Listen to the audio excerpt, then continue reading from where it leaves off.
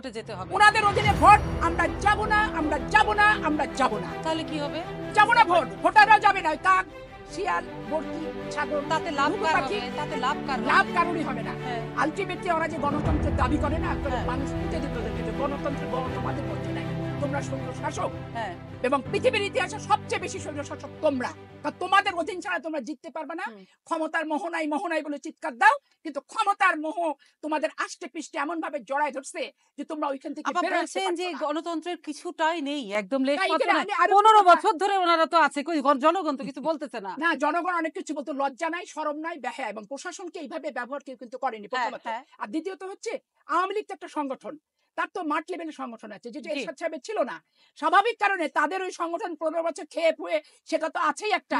আরো নারী ভুড়ি দিয়ে কিছু হাইব্রিড বাড়ছে না, সুবিধাবাদী শ্রেণী তৈরি হচ্ছে না, জাল জালিয়াতি সিল সাপ্পর মেরে এই দখল করো মসজিদ, দখল করো মন্দির, দখল করো গির্জা, এই পার্টি তো আছেই। সেটা কি সব ওনাদের দলে, মিলায় আপনাদের মিশায় দলে নাই? আমরা ক্ষমতায় সুবিধাবাদী? থাকলে থাকবে, সব যে যখন ক্ষমতায় থাকবে তখনই হয়, হ্যাঁ। তখনই হয় আসে। এটা ক্ষমতার রোগ, জি। এটা ক্ষমতার দলের অংশ। জি। যে যখন ক্ষমতায় থাকবে, এটা আমি বলবো না যে উনি থাকলে আসবে আমি থাকলে আসবো। হ্যাঁ। ওনারটা বেশি আসছে, আমারটা কম, কারণ উনি যেহেতু অবৈধ ছাপ্পা ছিলেন, বিনা ভোটের, ভোটার বিহীনের, নিশিরাইতের, শুনতে কেমন লাগে এগুলো? গাসোয়া? না, আমার তো আমি যখন আমার এলাকায় যাই, আমার জনগণ আমাকে দিয়ে ভোট দিয়ে জিতাইছে, আমার উনার কথাই শুনি টকশোতে। আমি তো শুনেন, আমি যদি বাবার মৃত্যুর পর কয়টা ভোটার ভোট দিতে গেছে, আমি কয়টা যদি ছবি মানে বাংলাদেশে ওনারা আছে? কি শুধু আওয়াজে, কয়টা কি জনগণ আছে? ওনাদের সাথে নেই? জনগণ থাকলে তো এগুলো আমি সব এলাকায় কোনো যাই শুনতাম জনগণই তো ওনাদের নাই কথা। ওদের। হ্যাঁ। ওদের আমি তো তো জনগণই আমার নাই। এলাকায় শোনেন, যদি আমি এই যে যেতাম একটা হাইব্রিড এই ঢাকা কথাটা থেকে নিয়ে শুনতাম। গেছে, ঢাকা থেকে নিয়ে যে এলাকা এলাকায় আমার নতুন এলাকায় সদস্য শুনেন, এলাকার কোনো আমার অবস্থান কিন্তু এলাকায় তাদের নাই। আমি যদি ওনার যেতাম বাবার সিট তাহলে তো ওনাকে মানুষ দেয়নি, ওনাকে পাঠিয়েছে টাঙ্গাইল। টাঙ্গাইলের আওয়ামী লীগ ওনাকে কিভাবে গ্রহণ করছে এটা আপনি সরজমিনের সাংবাদিক হিসেবে শুনছেন না, কিছু তদন্ত করে বলবেন? প্রতিবেদন দেন। শুনেন, এখন এটা তো শোনেন, আমি ওনার আমি এইসব- আমেরিকা নিয়ে কথা বলতে চাই। ঠিক, আমেরিকা আমেরিকা নিয়ে আমরা কথা সব বলবো। নিয়েই কথা বলবো। মুক্তিযুদ্ধের বিরোধিতা করলো, উনি বললেন জি, হ্যাঁ। উনি 2008 5ই জানুয়ারি 2014 30 ডিসেম্বর 2018 বিদেশ আমাদের অমুক করছে, স্পিকার অমুক ভোটে নির্বাচিত হয়েছে, সাবের হোসেন চৌধুরী অমুক ভোটে নির্বাচিত হয়েছে। ওনাদের বক্তৃতায় মানে বান বন্যা উঠে গেল বাংলাদেশে, বিদেশ এত সমর্থন করছে। ভাই, যেই বিদেশ সমর্থন করছে করছে করে আহাজারি করলেন, অট্টহাসি দিলেন, কত কি করলেন, আর সেই বিদেশ এখন আপনাদের গাত্রদাহ হলো। গাত্রদাহ কেন হলো? নিশিরাইতের ভোট এখন ওনারা আর করতে দিতে চায় না, ওনারা করতে দিতে চায় না ভোটারবিহীন নির্বাচন, ওনারা সমঝোতা নির্বাচন করে আপনাকে আর আনতে চাচ্ছে না। এখন তাদের সাথে আপনার এই স্বার্থগত দ্বন্দ্ব হলো।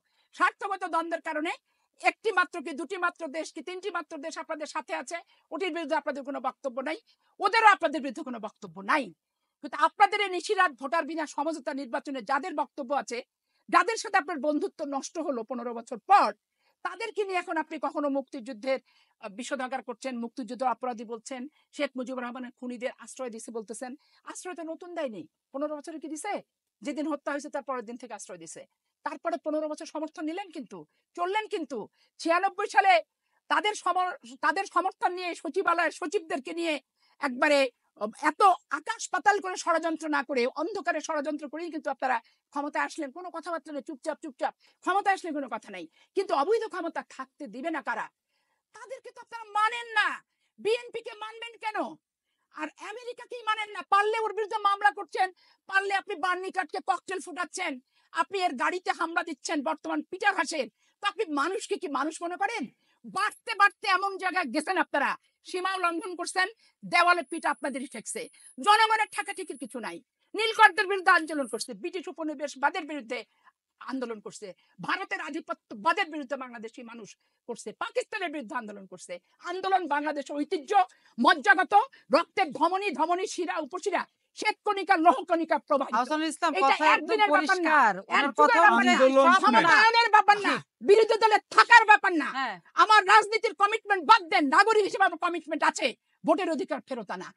আমি মরবো, আমি শহীদ হব, আপনি আপনারা কেউ ক্ষমতায় শহীদ যেতে চান করতে আমার চাচ্ছে না। রক্ত দিয়ে, আপনারা ভোটে আপনি যাইতে যাবেন। বলতেছি। তবে এইবার আপনি ভোটে আসেন। আপনাদেরকে স্কুল শোনাতে দিব না, এইবার আপনাদেরকে পেট্রোল বোমা বারে আমাদের কি গায়ে করতে ঘুষ চাপাতে চাচ্ছেন দেব আপনি? না। উনি কি চাচ্ছে দেব এটা এখনো না বুঝে উঠতে আপনাদেরকে। পারিনি। আমরা আপনি চাই, ভোটে আসেন এই আমরা ম্যান্ডেট নিয়ে। ভোটে আপনাদের জনগণ দিকে যাব আসেন। না, যাব না, যাব না। ভোটেই আর আসতে আপনারা হবে। ক্ষমতা ছেড়ে ক্ষমতার পরিবর্তন আপনারা রাজনীতি ভোটে করতে গেলে অবশ্যই ভোটেই যাব। যেতে হবে। আপনাদের ভোট অধীনে ছাড়া না, ক্ষমতার পরিবর্তনের আপনাদের কোনো অধীনে সুযোগ নাই। ভোটে যাব না, না, যাব না, যাব না। খুব ভালো। তাদের ভবিষ্যতে ডাকবেন না, ভোটে আসেন, ভোটে আসেন। ইনশাআল্লাহ। ক্ষমতা ত্যাগ করেন, আইন পাস করেন, সর্বজনীন আইন জি। পাস করেন 100 বছরের জন্য যার লংজিভিটি থাকবে। 10টা শুনেন 10টা নিরপেক্ষ লোকই তো আপনি চয়েস করতে পারবেন। আরে আপনি আপনি পারেন না। আমি কেন আপনি করব? কেন?